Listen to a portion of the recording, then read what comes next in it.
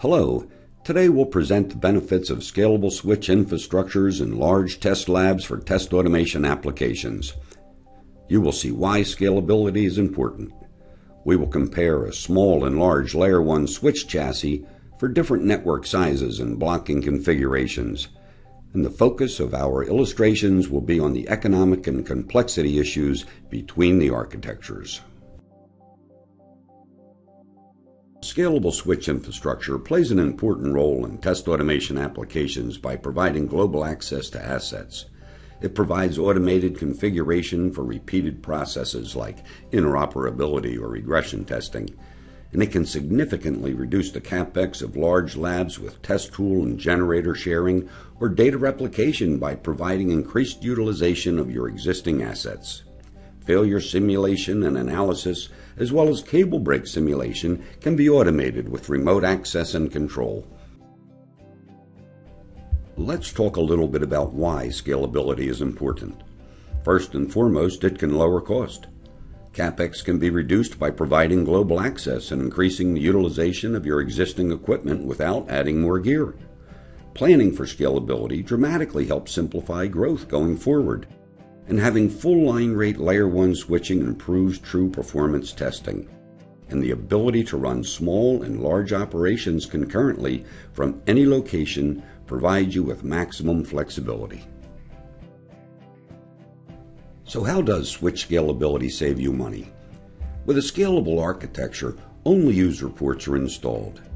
Investment in front ports, cables, and SFPs required for inter-switch cabling and mesh architectures can be eliminated. Scalable architectures eliminate the test disruption and the time required to reconfigure your network. With fewer systems to manage per configuration, the cost of power, space, and cooling are reduced.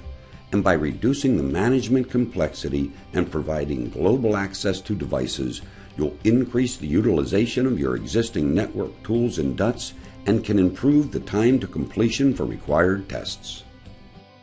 At this point, we introduce two architectural examples for a basic comparison. On the left, you can see how a 144-port switch, such as our ingenious 3903 packet flow switch, can be used to start and grow to 576 usable ports in a mesh architecture with inter-switch linking. Each time a network grows, 8 complex and time-consuming steps are needed to configure the Layer 1 switches for the new environment. Each step can be painfully repetitive and takes up valuable time and money. On the right side, you can see how a scalable architecture using our 576-port ingenious 3912 packet flow switch for test automation can be used for the same example. These 3 simple steps save significant money and time for your lab operations and are worth exploring more deeply. In this section, we will compare each phase of a build-out to 576 user ports using 2 different ingenious switch sizes.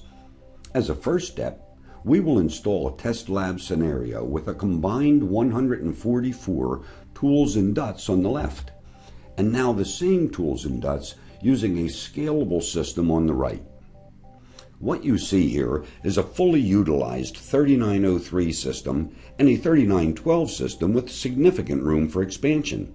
The relative cost of the 144-port base system on the left will be the baseline for comparison, and it shows substantial savings relative to the 3912, as you might expect given the unused capacity. Expanding the scenario from 144 to 288 user ports has a huge impact on the test environment. Remember the 8 steps we talked about earlier? Well, here we go. Disconnect the cables, add more switches, power the switches up, and of course add the dreaded cross-switch links or XSLs. For a full non-blocking environment, it takes 1,152 XSL ports just to get the guaranteed connectivity of 288 user ports. Then the devices need to get connected, the database needs to be updated, and the system retested. Usually within a few days to a week, the expanded environment is ready. In contrast, the 3912 scalable switch architecture shown on the right is as simple as adding new blades, connecting the new devices, and you're ready. Time is measured in minutes and hours, not days or weeks. The cost perspective changes significantly here too. The relative cost for the 144-port mesh jumps to 11 times the base due to all of the extra switches and inter-switch cabling, while the 3912 has increased to 5 times the base, which is just 1 times more of the base for the additional blades. The power, cooling, and management cost were not included in this comparison, but the difference is already very significant. Scaling the test lab scenario up to 432 user ports requires the same repetitive steps and continues to add complexity. Note that these reconfigurations are often disruptive to the entire test bed. The addition of new equipment and cables can require the teardown of existing infrastructure. You may need to stop the existing testing altogether in order to make these changes. The scalable switch architecture maintains the 3 simple steps: add the blades, cable the ducts, and go, and all prior connections and test scenarios can continue to run without disruption. And the relative cost of the scalable switch continues to become even more apparent.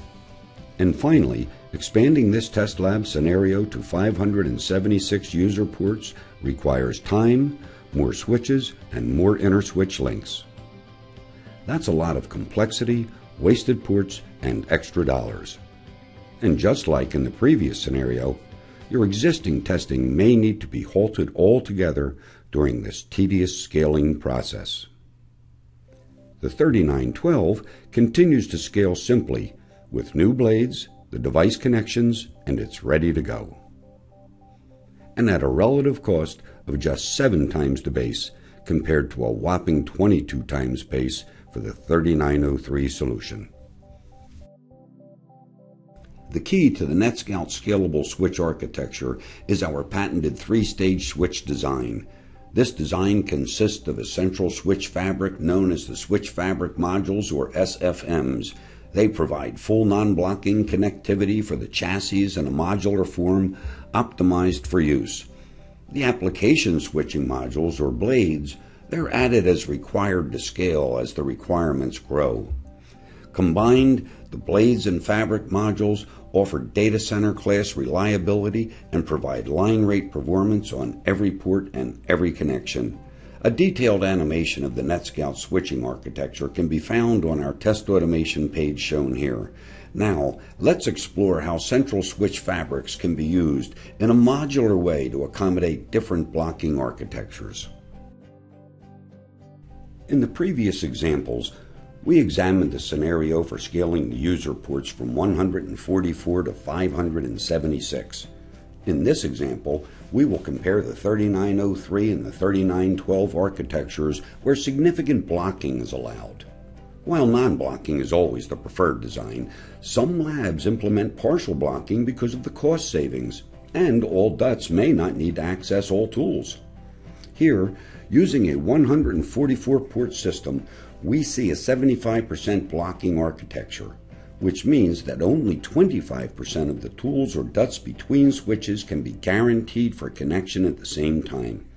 If connectivity requirements exceed that level, connections will not be allowed without breaking other connections first. This is often hard to plan around, but you can see the reduced complexity and cost compared to the non-blocking approach shown earlier that makes this tempting for some starter labs. The flexibility of the 3912 scalable system allows us to support the same blocking limitation in a reduced switch configuration of 2 switch fabric modules instead of the fully populated 8 used in non-blocking configuration. The cost benefits of the scalable architecture still holds, even when higher blocking is tolerated. Since 75% blocking is often found to be problematic, many lab managers try to limit their blocking to 50% for parts of their infrastructure. The 3903 architecture requires more complexity and cost to move down from 75% to 50% blocking, but it is nearly half the cost of the non-block solution. Once again, the 3912 scalable architecture provides the simplest and most cost-effective solution. The use of 4 switch fabric modules is all that is required, and it is less than half the cost of the 3903 alternative. You have just seen 3 examples of Layer 1 blocking configurations using 2 different switch size fabrics. To summarize the economics of scalability, let's compare all of them on a single chart. The 3903 switch building blocks provide the most cost-effective starting point for test beds that start and stay at 144 user ports. However, the cost increases significantly and to varying levels depending on the blocking allowed. The 3912 switch architectures, by comparison, have a higher initial cost at 144 ports that varies only due to switch fabric modules, but then scales in a very linear manner up to the 576 port capacity.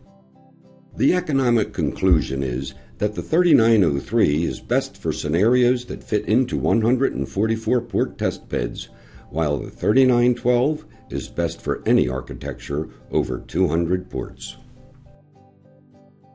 In summary, scalable switch infrastructures provide 5 key benefits for high-performance test labs. Significantly lower capital cost, less power, space, and cooling, all of which saves you money. Greater simplicity to manage and move lab resources. Increased speed and reliability for new test scenarios. And maximum architectural flexibility with remote access to your Layer 1 environments from anywhere in the world. Thank you for your attention. You can find additional information on Ingenious 3900 series packet flow switches and other NetScal products on our website.